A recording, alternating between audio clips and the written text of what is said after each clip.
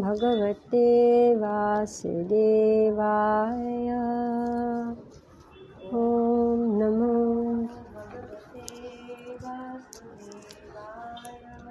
ॐ नमो भगवते वासुदेवाय।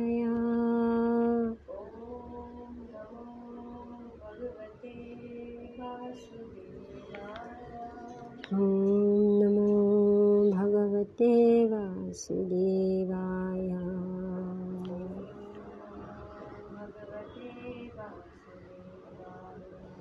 नारायणं नमस्कृत्य नरं चैव नरोत्तमं देवीं सरस्वतीं व्यासं ततो जयमुदीरये। नष्टप्रायेषु भद्रेषु नित्यं भागवत सेवया। भगवती उत्तमा श्लोके भक्तिर्भवती नैष्टिकी। ॐ ज्ञानातिमिरान्धस्य ज्ञानाञ्जनशलाकया चक्षुरुन्मीलितं येन तस्मै श्रीगुरुवे नमः। श्रीचैतन्यमनोभीष्टं स्थापितं येन भूतले स्वयं रूपा कदा मह्यं ददाति स्वपदान्तिकं। वन्देऽहं श्रीगुरो श्रीयुतपदकमलं श्रीगुरून् वैष्णवांश्च श्रीरूपं साग्रजातं सहगना रघुनाथं वितं तं सजीवं साद्वैतं सावधूतं परिजनसहितं कृष्णचैतन्यदेवं श्रीराधा कृष्णपदान् सहगना ललिता श्रीविशाखान्वितंश्च। हे कृष्णा करुणा सिन्धो दीनबन्धो जगत्पते च गोपिका कान्त राधाकान्त नमस्तुते। तप्तकाञ्चन गौराङ्गी राधे वृन्दावनेश्वरी वृषभानुसुते देवे प्रणमामि हरिप्रिये। वाञ्छाकल्पतरुभ्यश्च कृपासिन्धुभ्य एव च पतितानां पावनेभ्यो वैष्णवेभ्यो नमो नमः। जय श्री कृष्ण चैतन्य प्रभु नित्यानंद श्री अद्वैत गदाधर शिवासादि गौर भक्तवृंद। हरे कृष्णा कृष्ण कृष्ण हरे हरे, हरे राम राम राम हरे हरे। नमो विष्णुपदाय कृष्णकृष्णाय भूतले प्रभुपादाति प्रिय श्री गिरिराजाय स्वामिने सुभक्तराधाराज बिहारिभ्यं भक्तिभ्यश्चात्मदायिने। नमो विष्णुपदाय कृष्णकृष्णाय भूतले श्रीमते भक्तिवेदांत स्वामिनिति नामिने। नमस्ते सारस्वती देवी गौरवाणी प्रचारिणे निर्विशेष शून्यवादी पाश्चात्यादेशतारिणे। What happened here? Okay. So we are reading this Srimad Bhagavatam 25, chapter 10. The discussion between Jad Bharat and Maharaj Rahugan.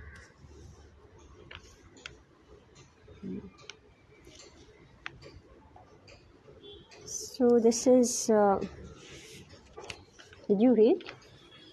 Did you read the chapters? No. I missed last two chapters. Oh. Last two chapters. But I've read Mother. Yeah, because it's quite intense. The story of So this is the third life from, this is the transmigration from one body to the next to the next. Right? So King Maharaj Bharat, who had to take birth as a deer, and then now he's in the third birth. I mean, more than third birth, right? But this is like the final, right? So he was a king, and now he was not just a king, he was the emperor. And now he has to deal with a king, King Rahugan.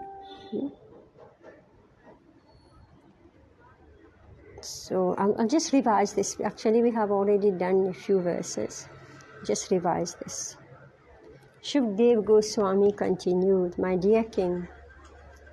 So he's speaking to Maharaj Parikshit. So Shukdev Goswami is speaking to Maharaj Parikshit. My dear king, after this King Rahugana, ruler of the states known as Sindhu and Sauvira, was going to Kapila Ashram, when the king's chief palanquin carriers reached the banks of the river Ikshumati, they needed another carrier.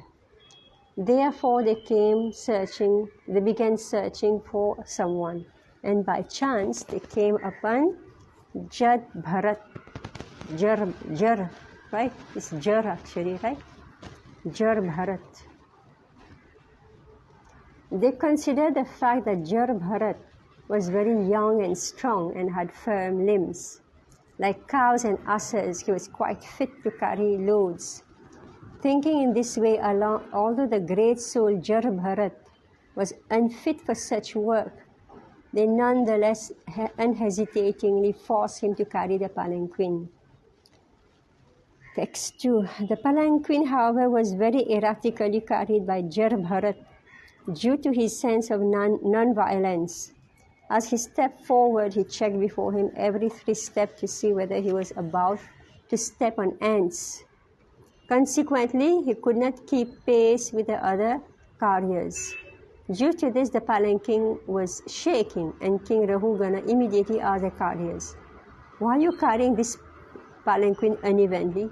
Better carry it properly. Naturally, right?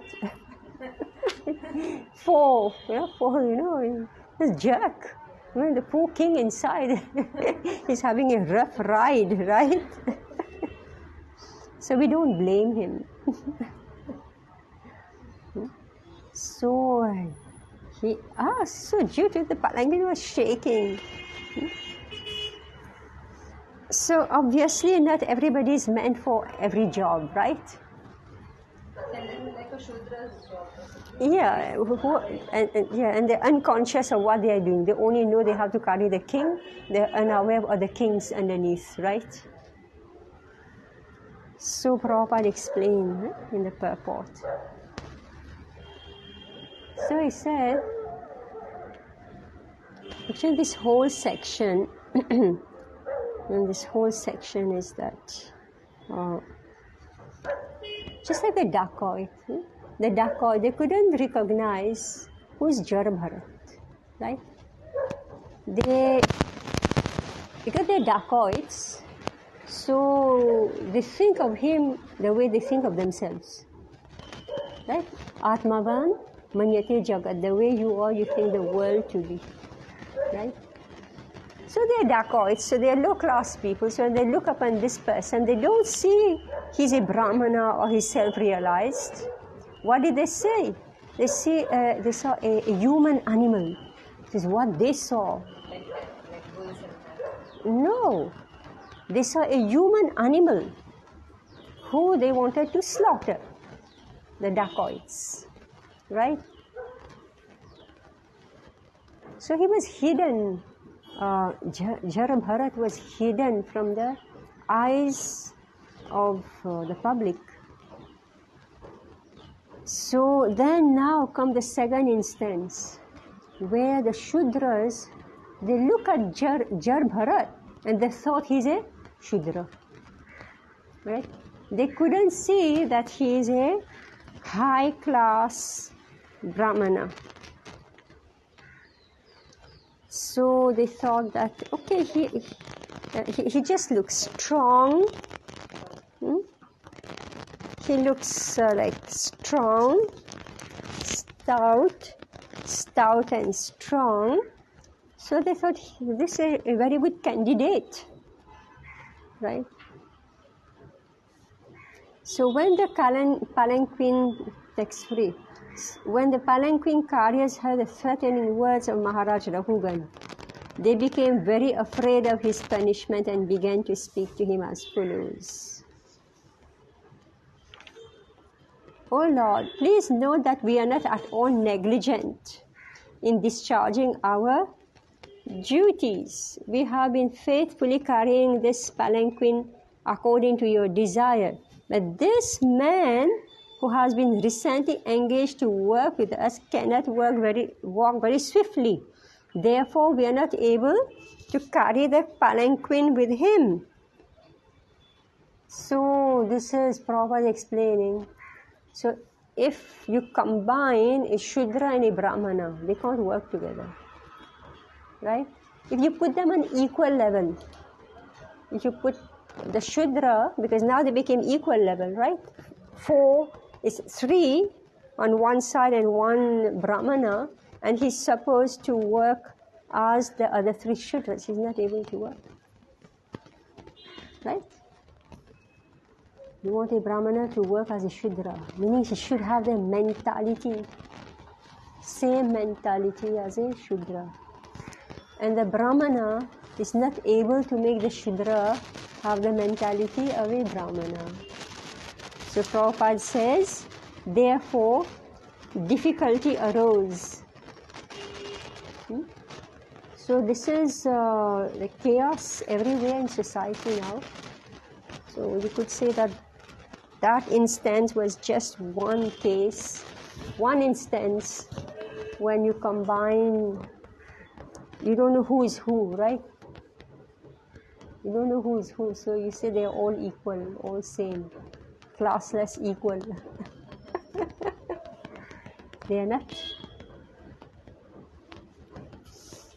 Text 5. King Rahugana could understand the speeches given by the carriers, who were afraid of being punished. He could also understand that simply due to the fault of one person, the palanquin was not being carried properly. Knowing this perfectly well and hearing their appeal, he became a little angry. Although he was very advanced in political science and was very experienced, his anger arose due to his inborn nature as a king. Actually, King Rahugan's mind was covered by the mode of passion, and he therefore spoke as follows to Jar Bharat, whose Brahman effulgence was not clearly visible, being covered like a fire covered by ashes. So the fire is there, the fire is covered by ashes, and therefore he is not recognized by others. But it wouldn't mean whose Brahman effulgence is not clearly visible. His spiritual advancement. Yes. Yeah, they couldn't see that actually he's a highly elevated person. He has hidden himself, right? Dumb, deaf. Jar. What's the meaning of jar? Jar means something inert. Inert. Yeah, jar. Jar. Inert. So he looked inert. But they didn't know that actually his Brahman realized. So this King Rahugan, so he could understand. So the other carriers made themselves understood, right? We are not at fault. So he understood that this is due to somebody else's fault. He became angry, little angry. And Prabhupada, here the purport Shukdev Goswami is saying actually, because he was a king, you know. He was a king, you know. King are very irritating. They get irritated very easily. Why? Because they're used to giving orders. Also because they are intelligent. Right? You have experience of this. You're telling somebody do this 10 times, the person doesn't understand. Right? You get, at least for me, it just sits on my nerves. Is it true? I don't know whether for you, Oh my God. So, now why? Because of the mode of passion. And the contrast is given that Jar Bharat, even when the dacoits attacked him, and even when the king is insulting him, he was not moved. Either somebody who's dumb, right? This is somebody who's completely dumb, doesn't react, or somebody who is highly advanced, right? So the king, he was in mode of passion. So therefore, due to a slight agitation, he became angry. King Rahugan told Jar Bharat, "How troublesome this is, my dear brother. You certainly appear very fatigued because you have carried this palanquin alone, without assistance for a long time and for a long distance." I think in India you call everybody Bhaiya, no? So he said, "Brother, how troublesome this is, Bhaiya." What is it? Brother. Says, "Brother, my dear brother. You appear very fatigued because you have carried this palanquin alone without assistance." My God, it's horrible, right? Horrible. You have carried this palanquin alone without assistance for a long time and for a long distance. When we become angry, we speak nonsense, right? Cutting words. Besides that, due to your old age, you have become greatly troubled. My dear friend, I see that you are not very firm nor very strong and stout. Are not your fellow carriers cooperating with you? In this way, the king criticized Jar Bharat with sarcastic words. Yet, despite being criticized in this way, Jar Bharat had no bodily conception of the situation. He knew that he was not the body, for he had attained his spiritual identity. He was neither fat, lean, nor thin, nor had he anything to do with a lump of matter, a combination of 5 gross and 3 subtle elements. He had nothing to do with the material body and its 2 hands and legs. In other words, he had completely realized his spiritual identity. Aham Brahmasmi. He was therefore unaffected by this sarcastic criticism from the king. Without saying anything, he continued carrying the palanquin as before. So he got chastised. Anybody would have just dumped that palanquin, right? Today, that's what they do. As soon as you criticize, you chastise immediately, what do? They drop the work and they go, right? So here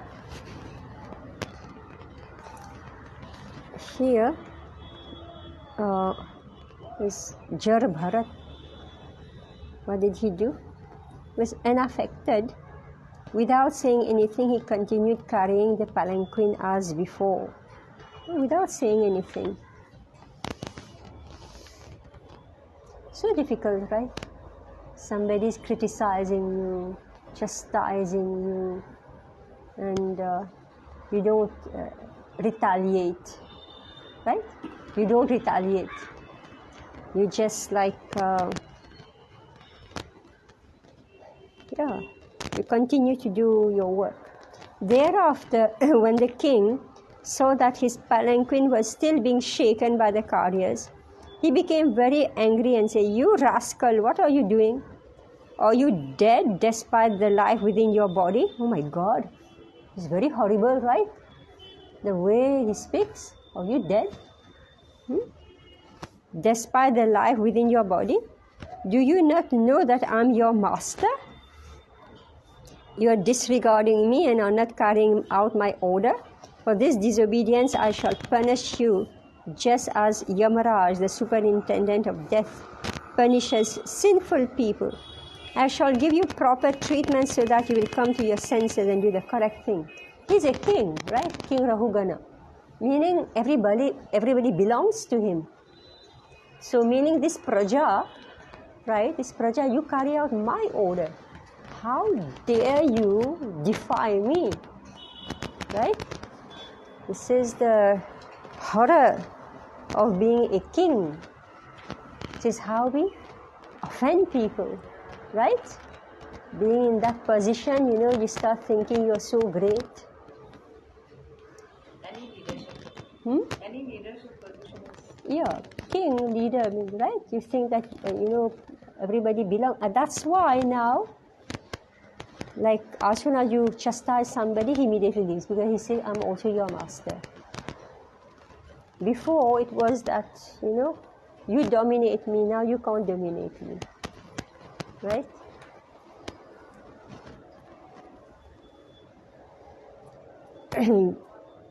But I don't know what happens.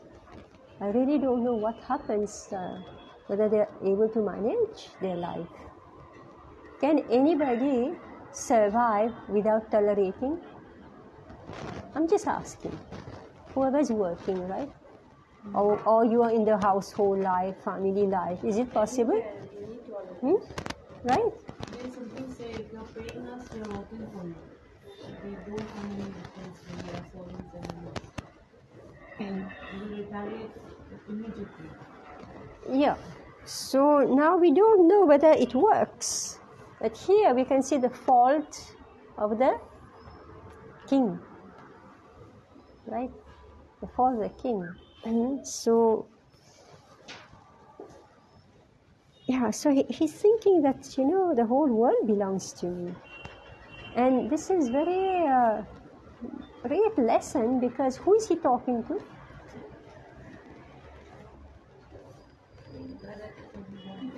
Maharaj Bharat. Samrat. Right? He's talking to Samrat. Maharaj Bharat, who has now become Jar Bharat and who has become palanquin carrier. It's horrible, right? Destiny is such. So, Maharaj Bharat, he was so upset by his own ego, right? His sense of proprietorship and his sense of being the maintainer made him so attached to a deer that he gave up his Krishna consciousness. So he became so upset with himself that he said, "I will no longer be a king." Right? That he decided. That he decided in his later birth. Dear body, his dear body, right? Dear body. Say no. He doesn't want to be a king. So he got a higher birth. He got birth of a Brahmana, which is even higher than the king. We will see now how the king will fall flat in front of him. Right? He's higher than a king. He didn't want that position. He preferred to look like a dumb, dull, deaf man. Right? So, in the body of Maharaja Bharat, he had over-compassion, because of which he left. We had so many classes, so much discussion on that. What was the problem? Anyway, right now, so he has given up that mood that no, I don't want this kingship of giving protection, maintainer. I am the Suhrit of all Jeev.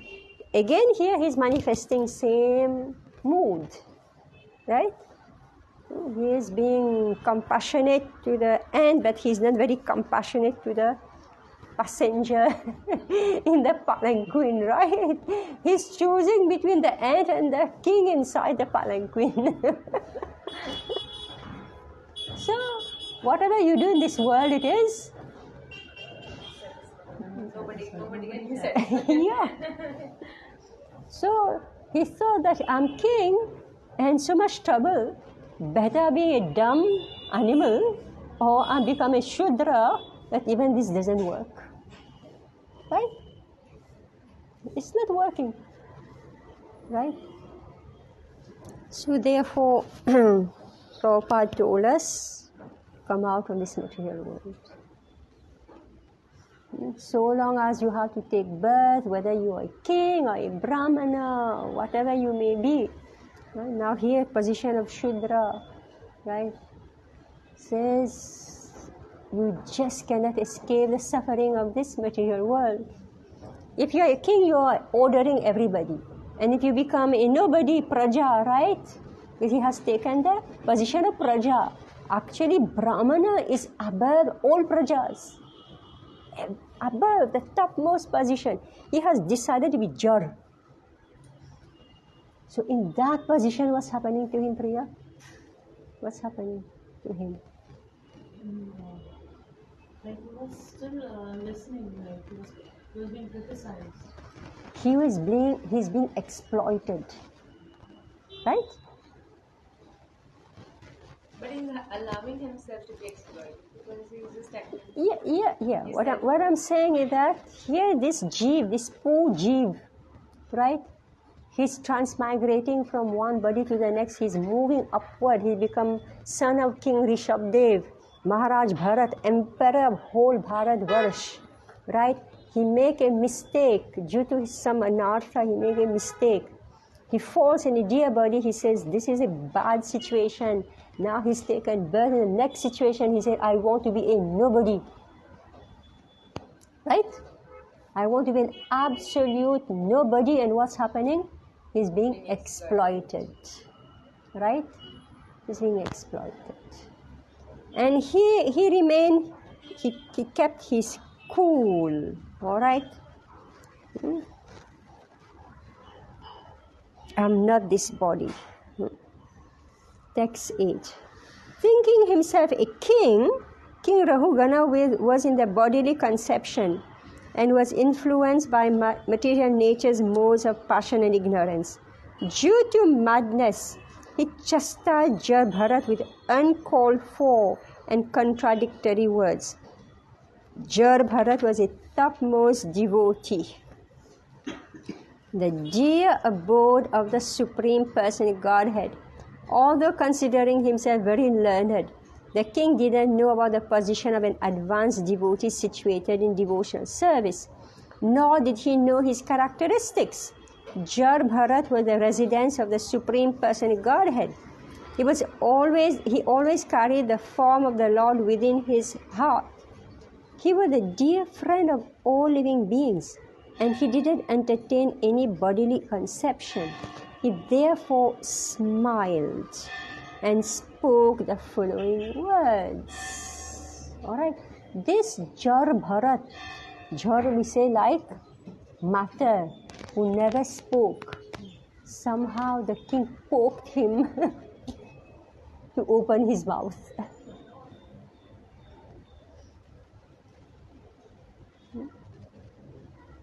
Anyway, so the explanation is that he was in Brahman, right? Sama, equipoised. He knew, whatever he will speak now, can see he is in Brahman realization. So he didn't take offense. But later, somewhere in the purport, Prabhupada will say, actually he got annoyed.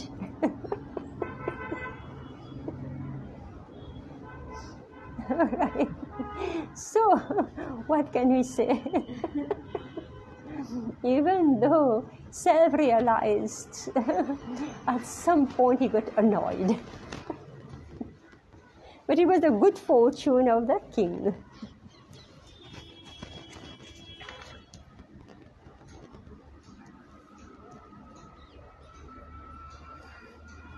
Right, so now let us see. Now we'll start the philosophy.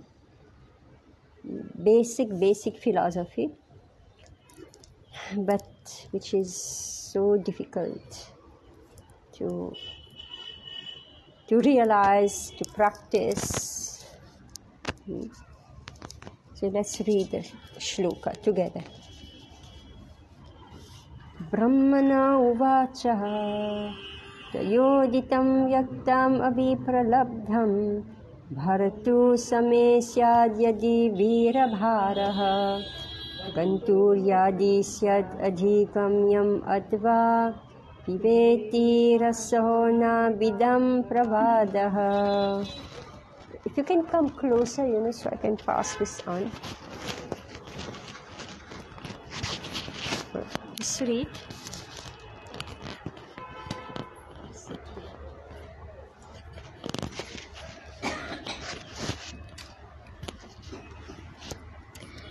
Translation. The great Brahmana Jadbharat said, "My dear king and hero, whatever you have spoken sarcastically is certainly true.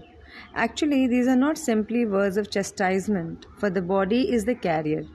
The load carried by the body does not belong to me, for I am the spirit soul. There is no contradiction in your statements because I am different from the body. I am not the carrier of the palanquin, the body is the carrier. Certainly, as you have hinted, I have not labored carrying the palanquin, for I am detached from the body. You have said that I am not stout and strong, and these words are befitting a person who does not know the distinction between body and the soul. The body may be fat or thin, but no learned man would say such things of the spirit soul. As far as the spirit soul is concerned, I am neither fat nor skinny. Therefore, you are correct when you say that I am not very stout. Also, if the object of this journey and the path leading there were mine, there would be many troubles for me. But because they relate not to me but to my body, there is no trouble at all." Purport. In Bhagavad Gita it is stated that one who is advanced in spiritual knowledge is not disturbed by the pains and pleasures of the material body. The material body is completely separate from the spirit soul, and the pains and pleasures of the body are superfluous. The practice of austerity and penance is meant for understanding the distinction between the body and the soul, and how the soul can be unaffected by the pleasures and pains of the body. Jadbharat was actually situated on the platform of self-realization. He was completely aloof from the bodily conception. Therefore, he immediately took this position and convinced the king that whatever contradictory things the king had said about his body did not actually apply to him as a spirit soul. Yeah, so this is Jadbharat speaking the philosophy now. So this is what I and mine, right? So who I am. The body is the carrier. The body is the carrier, not the soul, right? Who's carrying? The body is carrying, and the body has nothing to do with me, the soul. So I'm not affected. So it's true, I'm not. The load is not for me. The load is only for the body. And the journey, whose journey is it? Is it my journey? Right? Is it my destination? So, and the path leading. So, it is like destination and the journey. So, if the object of this journey, meaning the destination, and the path leading there were mine, so the journey, then I would say this is very troublesome.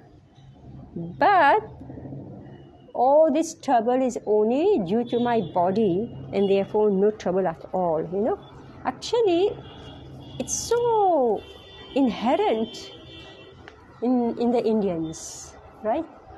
It's so inherent because it's amazing how the Indians are able to endure so much trouble to go to holy places.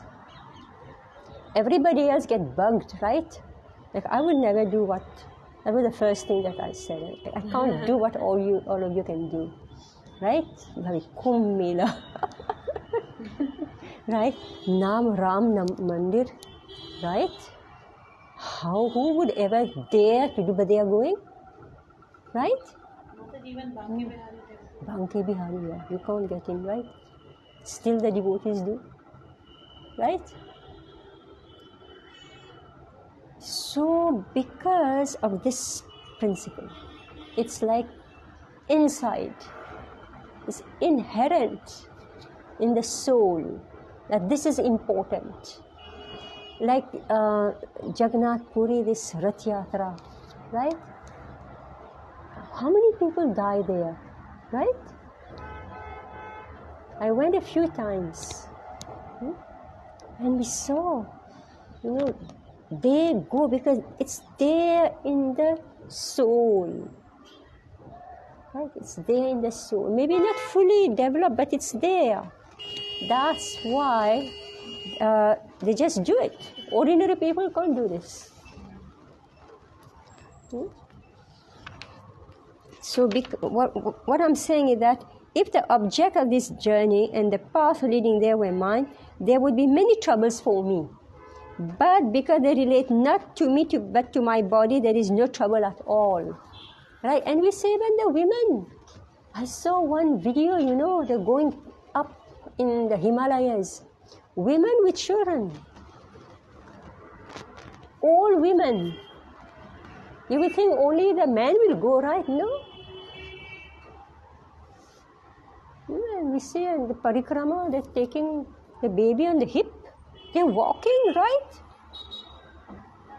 Because of this inside the soul. It's trouble is only for my body. Trouble is not for my soul.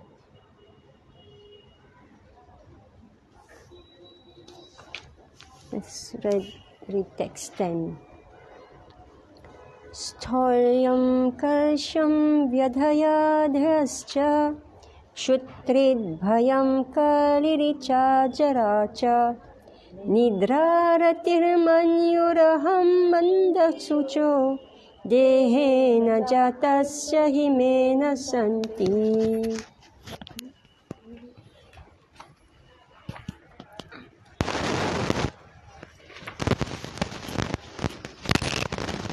Hare Krishna. Fatness, thinness, bodily and mental distress, thirst, hunger, fear, disagreement, desire for material happiness, old age, sleep, attachment for material possessions, anger, lamentation, illusion and identification of the body with the self are all transformations of the material covering of the spirit soul. A person absorbed in the material bodily conception is affected by these things, but I am free from all bodily conceptions. Consequently, I am neither fat nor skinny nor anything else you have mentioned. Purport. Srila Narottam Das Thakur has sung, Deho Simriti Nahi Yara, Samsara Bandhana Kaha Tara. One who is spiritually advanced has no connection with the body or with the bodily actions and reactions. When one comes to understand that he is not the body and therefore is neither fat nor skinny, one attains the topmost form of spiritual realization. When one is not spiritually realized, the bodily conception entangles one in the material world. At the present moment, all the human society is laboring under the bodily conception. Therefore, in the Shastras, people in this age are referred to as Dvipada Pasu, two-legged animals. No one can be happy in a civilization conducted by such animals. Our Krishna conscious movement is trying to raise fallen human society to the status of spiritual understanding. It is not possible for everyone to become immediately self-realized like Jad Bharat. However, as stated in Srimad Bhagavatam 1.2, 2.18 Nasta Prayashu Abhadreshu Nityam Bhagavata Sevaya. By spreading the Bhagavata principles, we can raise human society to the platform of perfection. When one is not affected by the bodily conception, one can advance to the Lord's devotional service. Nashta prayeshu abhadreshu nityam bhagavata sevaya bhagavati uttama shloke bhaktir bhavati neshtaki. The more we advance our freedom from the bodily conception, the more we are fixed in devotional service, and the more we are happy and peaceful. In this regard, Srila Madhvacharya says that those who are too materially affected continue the bodily conception. Such persons are concerned with different bodily symptoms, whereas one freed from bodily conception lives without the body even in the material condition.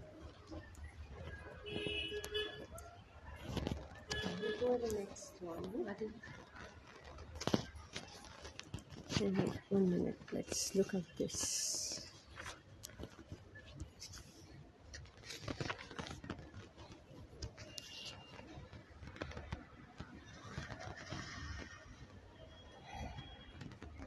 Alright, so we'll continue, right? We continue. So text 11. Jivam ritatvam niyamena rajan Adyantavadyat vikitasya drishtam Swaswamya bhavo dhruvaidya darayuchate so vridikritya yogaha. My dear king, you have unnecessarily accused me of being dead though alive.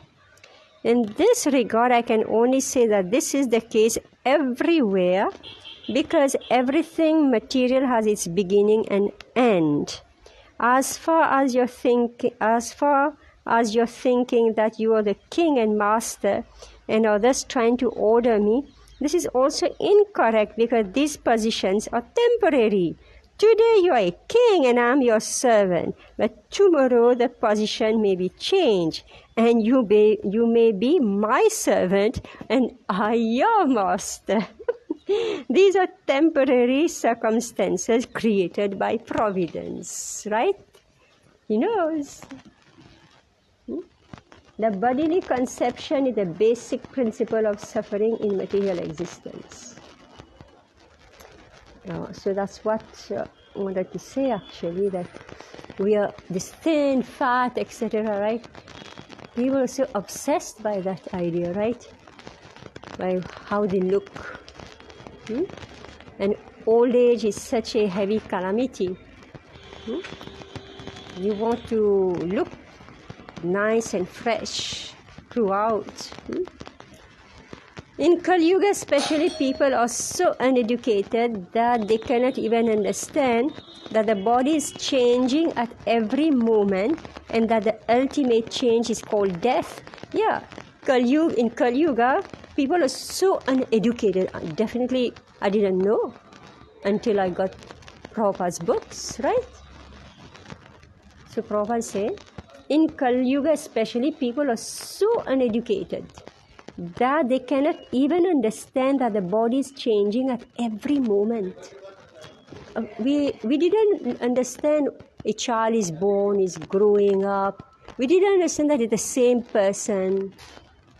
Right? Prabhupada had to tell us that your body is changing moment by moment.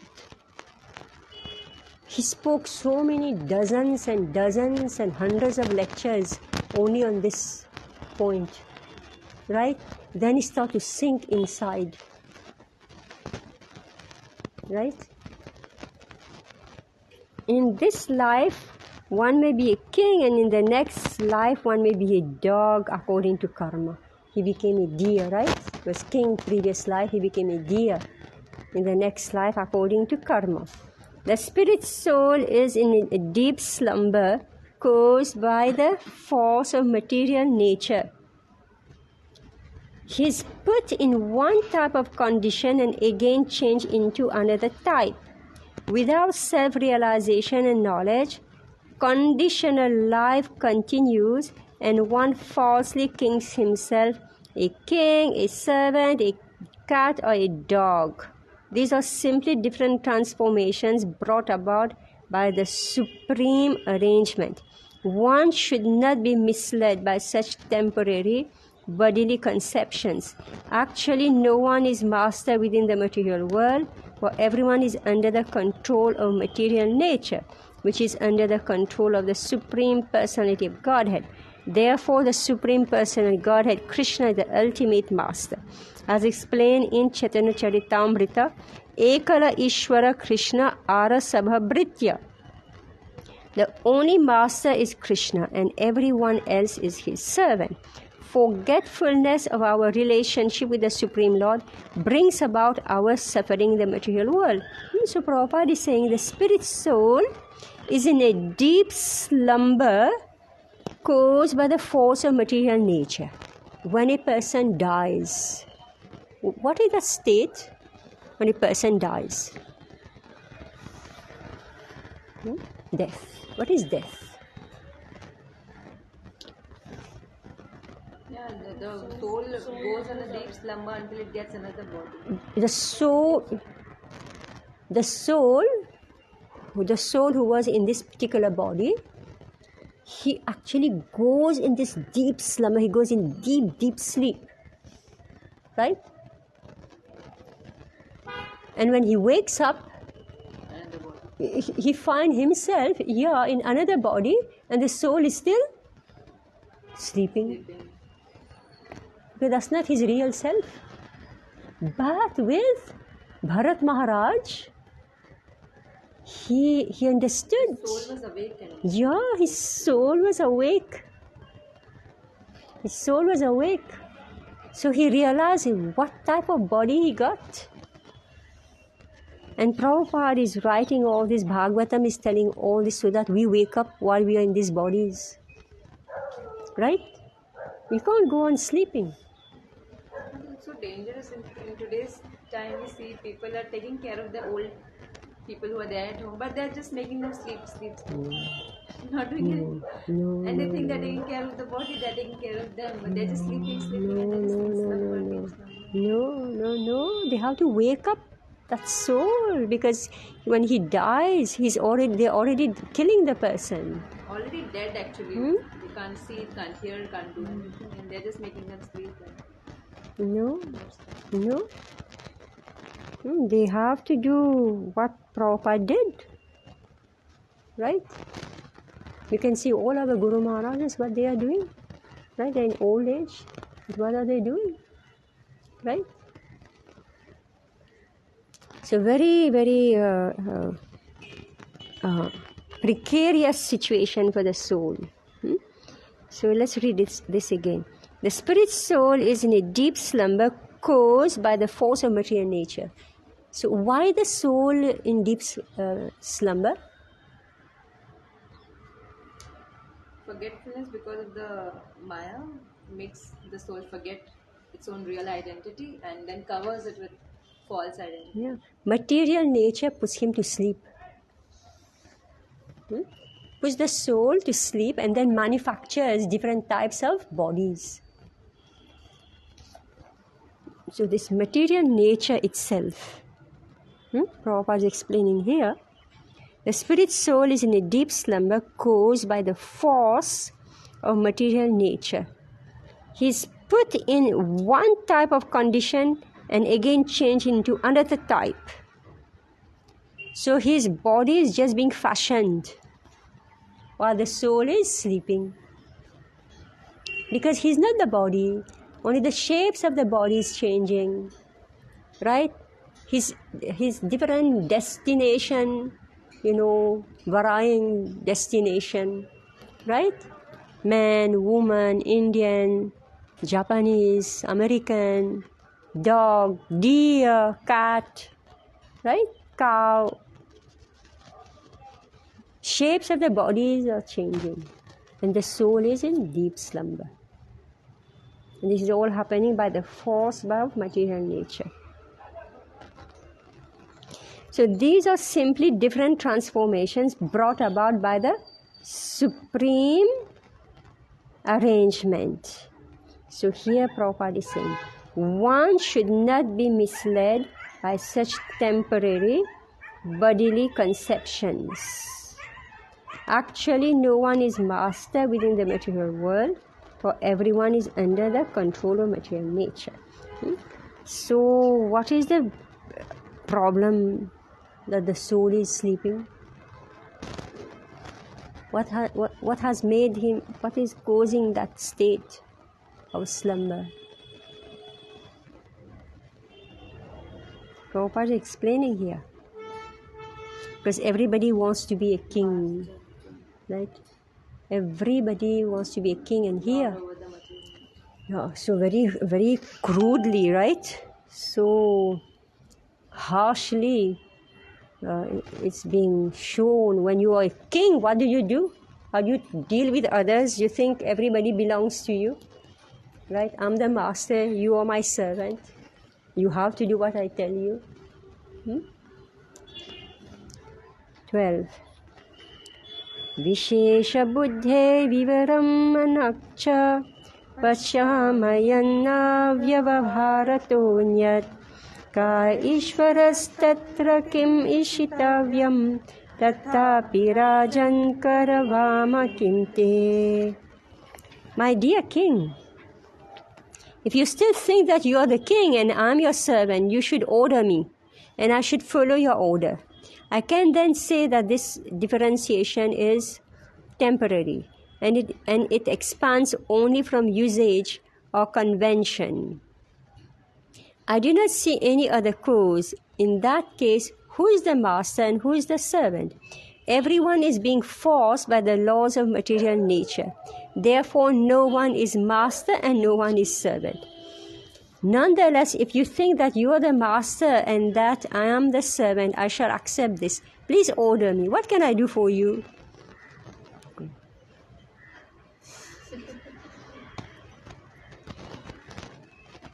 This Jar Bharat, who from birth hasn't spoken, right? Now he is speaking because he's actually Bharat Maharaj with all his knowledge, right? All his knowledge. He is son of King Rishabdev. It is said in Shrimad Bhagavatam, Aham Mameti, one thinks, I am this body, and in this bodily relationship, he is my master, he is my servant, she is my wife, and he is my son.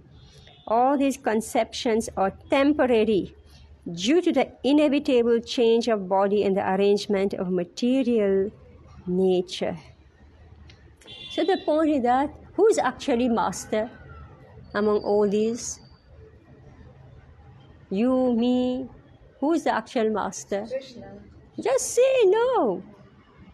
Who is the actual master? What are we reading here?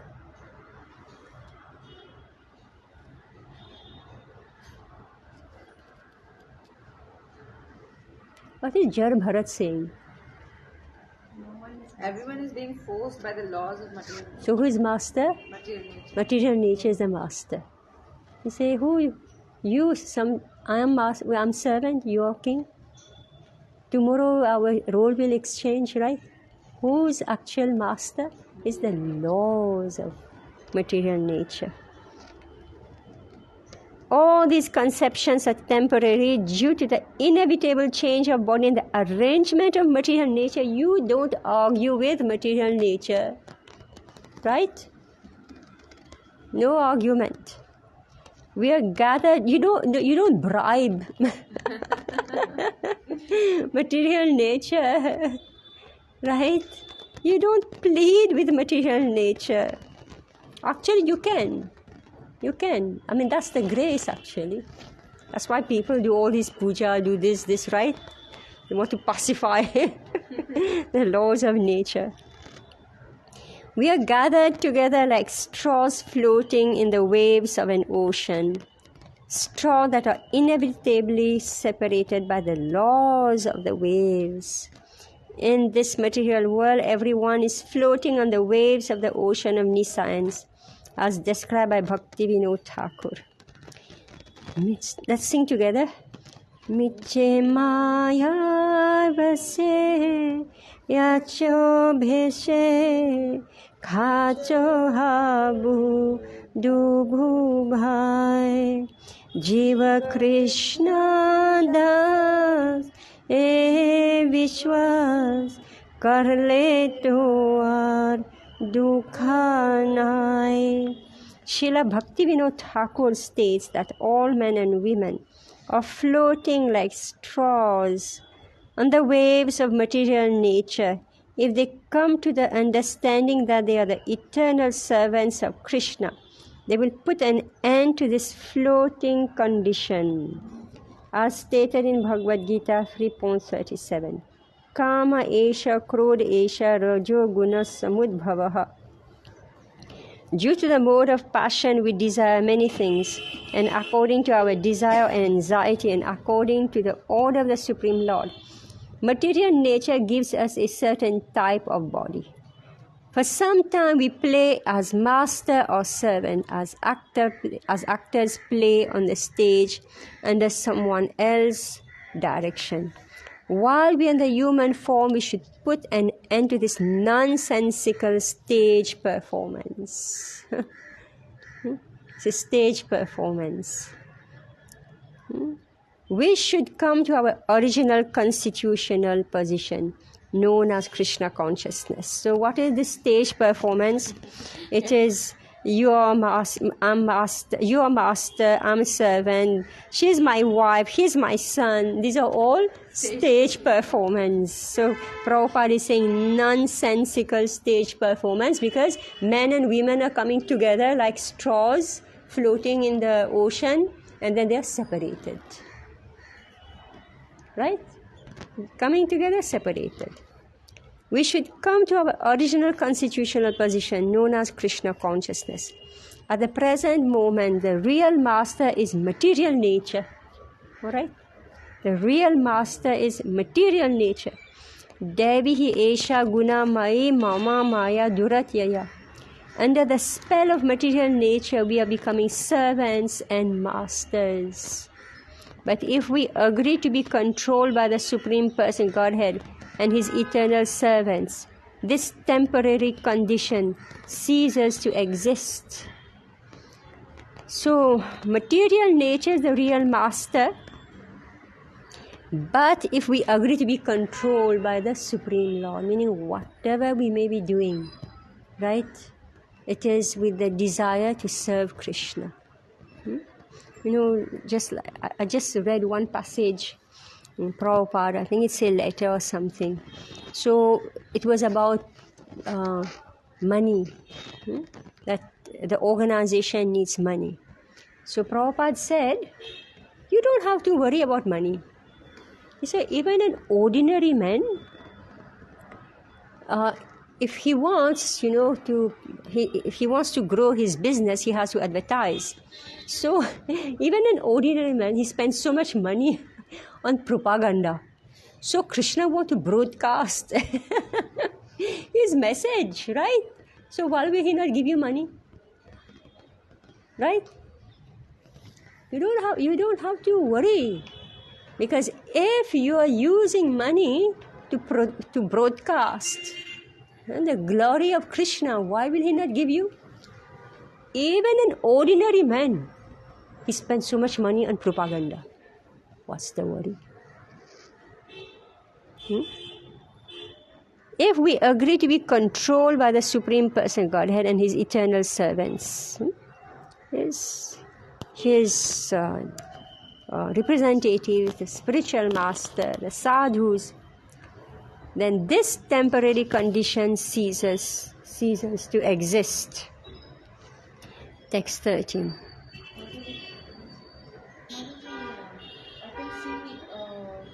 I can then say that this differentiation is temporary and it expands only from usage or convention. What does that mean?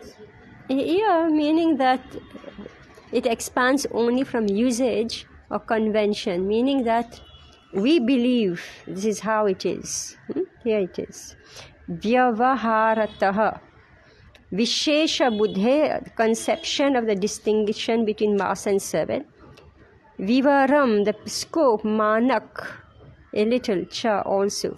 pashyamaha, I see, yet which not vyavaharataha, than the temporary usage or convention. This is actually a Hindi word, right? What does that mean? Yeah.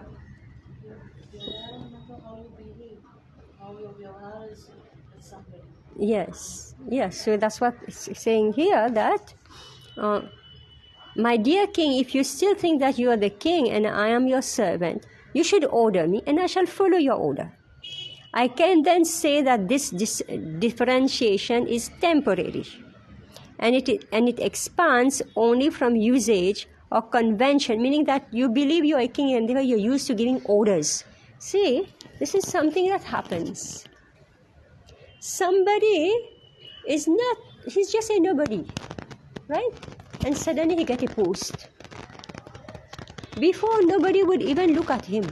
And suddenly he got a post. Why do you think everybody is running off the post? Right? That's the whole idea. Everybody wants to be on top because suddenly your value changes. Everybody say, yes, yes, he is the great one. Is it true? Yesterday he was just a clerk. Now, how is it that he has changed from, he hasn't changed in any way, right? Still the same person. Only convention is saying from position A you have come to position B, and then sometime from position B you become to position A and 0, right? Then nobody looks at you. It is so evident when you see subordinates, how they relate to superiors. So evident. Subordinates are completely dependent on this convention and usage. You're getting the idea? Like the chowkidar. If they see that this man or this position, they salute him. Even in preaching, we experience this. Yeah, same. Initially, they say Mataji. After some time, they stop. I mean, they understand that they are also like us. We are equals. Yeah, that's what. So it is mundane. It's mundane because the same mundane conception, like somehow gets. We throw the same mundane conception even in spiritual circles because we're still contaminated with this conception. So it's untrue. So we go up, then we come down. Today I am king, tomorrow I'm servant, right? So that's why it is so much suffering in this material world, because everybody wants to be number one. The competition to be number one, right? And it's only because your title has changed and it has no value at all. Because when you go home, who treats you as Mr. and Mrs. Boss?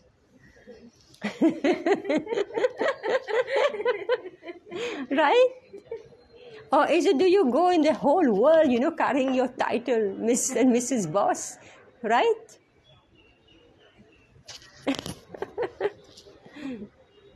So it's only in your own little circle. So that's why I say, it expands, my ego. My position expands only from usage or convention. So that's why the king couldn't see the Brahma Tejas, because he's clouded by his own ego, that he is the top, right? Remember, again, I keep on taking this example of Shukdev Goswami, right? So it describes how Shukdev Goswami, he was Avadut, he was just walking naked, but he was very attractive. So the street urchins and the women, they were teasing him and they were running after him, right? And when he reached the assembly of the sages saw this boy. They recognized him. But the street urchins and the women, they didn't. So when they saw all this, they ran away. Right? So who is who cannot be known, cannot be recognized unless the person is highly advanced. So here the king is contaminated by his own false ego. So he couldn't see who he's dealing with. Yeah, that's convention, right? From usage or I usually say you become famous because somebody make you famous, right? And you become infamous because the same people make you become infamous. So this is usage or convention. I do not see any other cause. In that case, who is the master and who is the servant? Everyone is being forced by the laws of material nature. Therefore, no one is master, no one is servant. So, you say his punya, right? His punya took him up to that position. So, that's the law of nature. So, he became famous. Right? So, he's enjoying his good deeds, the results of his good deeds. And when it's over, again, right? Come down. Right? That we have read again and again. So everyone is being forced by the laws of material nature. Therefore, no one is master and no one is servant. Then what are we? No one is master, no one is servant. Then what are we? Only master is Krishna, everyone else is. Yes. Where is it? Yes. There's only one master, this is Krishna. And everybody else is, where is it? Yeah. Ekale Ishvara Krishna Ara Sabhabhritya. The only master is Krishna and everyone else is his servant. Forgetfulness of our relationship with the Supreme Lord brings about our suffering in the material world. But the point is that so long as you remain in this material world, 100% sure somebody would want to become your master. And you will have to accept the position of servant. And when you get the opportunity, you would want to become master, and then you will come down because of our offenses. Like here what's happening with King Rahugan, he's insulting, right? He took the position of king, and he's insulting a great personality in Mahabhagavad. He's insulting. In Mahabhagavad, it's so risky. So better not become kings, right? At the same time, we are saying it's not a joke to be servant because people exploit you, right? So therefore, what we read, Narottam Das Thakur sang. What did he sing? What did he sing? Where did we read that? Where we read this?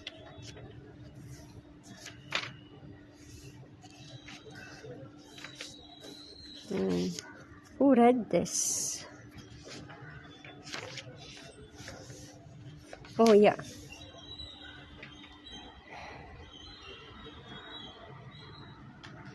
Narottam Das Thakur has sung. Deha smriti nahi hara samsara bandhana kahantar.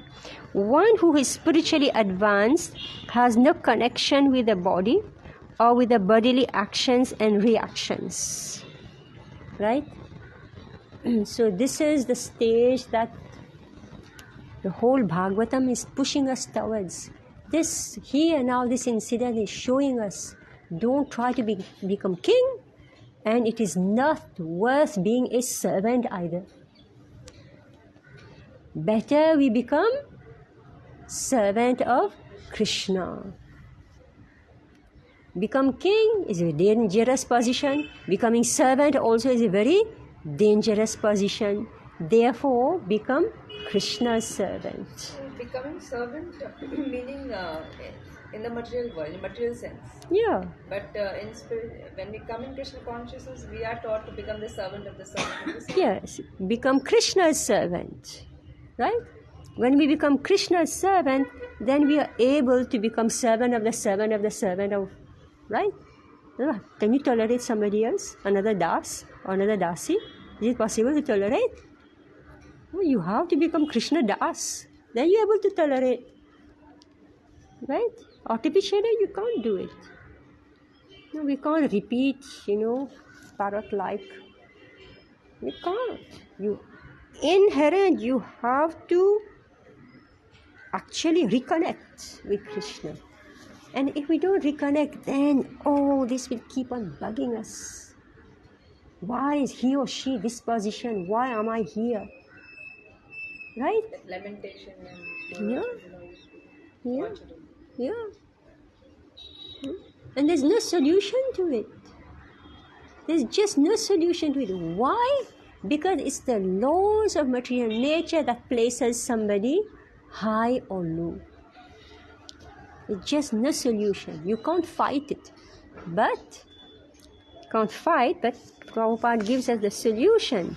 He says, Devi Esha Guna Maya Duratyaya. Under the spell of material nature, we are becoming servants and masters. Right? And we cannot overcome the laws of material nature. Therefore, but if we agree to be controlled by the Supreme Person Godhead and His eternal servants, this temporary condition ceases to exist. Therefore, it's okay whether how the person is dealing with us, treating us. Prabhupada explained in some purport. He said that Jar Bharat, he was completely convinced of the protection of the Lord.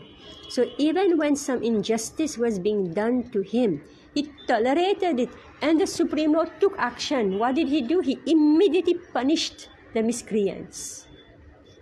Right? The whole endeavor to kill him, they got killed. They were doing some type of ritual that was unauthorized. So immediately the reaction came upon those people. People do black magic, right? They do all types of other stuff. So if they make any mistake, meaning they're throwing that black magic on the wrong person, then it comes back on them. We read in Krishna book, right? Somebody had created one monster, one genie type, and they were sending it to, I think, Krishna's something. Yeah, So it was being sent towards, I don't know whether it's Krishna's city, or something. What happened? The whole missile, you could say, the whole evil spirit turned back and came and burned their cities. Actually we say all these forest fires and all these calamities, they're persons. They're actually persons. I remember when somewhere in California there was this forest fire, and I've never heard actually of forest fire and all that stuff. And suddenly, because it was so much in the news, and I started to, seeing the behavior of those who were trying to put out that fire. Their mood was that, here's that demon, I'm going to control him. That was their mood. And then what happened? They realized they can't control that force, that demon. Then they say, what is it? Only when it goes over the ocean. When the fire will go, that's the only way. So they are actually entities, like that Bhyomasur, right? It's a person. Even that fire that Krishna swallowed is a person. Person, and the fire element is controlled by a demigod. So is it that demigod? Yeah, but they're personalities. Whoever it may be, it's an entity. It's an entity. It's a jeev. Actually, it's a Jeev, a demoniac Jeev. Why demonic? Because they want to do harm. But fire is meant to. Like It's an element. Yeah. So well, if they are the agent of, like, speaking of that fire that Krishna swallowed, that was a demoniac, an asura, Vyomasur, tornado, right? It's a tornado. Vyomasur is demoniac. He came to attack Krishna. But the laws of nature, they're also persons, like a cyclone. Why do we give names to cyclone? They're right? We definitely identify them as living beings, right? So they come. These are the agents of the laws of nature. They punish us. Right? We enjoy life, so much relaxing, enjoying life. So they come to make sure that their presence is felt, right? They devastate everything, like coronavirus, right? An entity, and it's just like spreads its energy in many ways. Where did we read that? Oh, yeah, we were reading of the coronavirus. We were reading about them in the 4th canto. During the pandemic, I don't know how many of you were on that when we were discussing that. It's in the 4th canto. Shlot Shiva Daksha, yeah? Remember? So it described what it was, and then how this it was a poison released, and then there was this Mriga Shirsha, right? I forgot, in the 4th canto, this whole chapter, as coronavirus was, happening, we were reading chapter by chapter, how you will get, the solution to the virus. So it said they were actually yakshas. Yeah, they were weapons of Lord Shiva. The destruction. And then gradually they were getting the solution, they were getting the medicine, right? And then came the horror in Daksha. And Daksha was decapitated, right? Why? False Brahmana. So it's very risky in material world. Ego, get a goat head.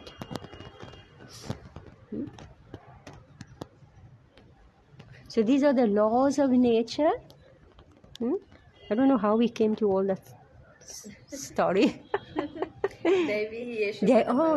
Meaning how material nature manifests itself, because they are actually persons. They are not just an impersonal law. They are actually persons. So I'm given a few examples. Vyomasur, the fire, then I gave you the example of the coronavirus, and we identify them in the 4th canto. Yakshas.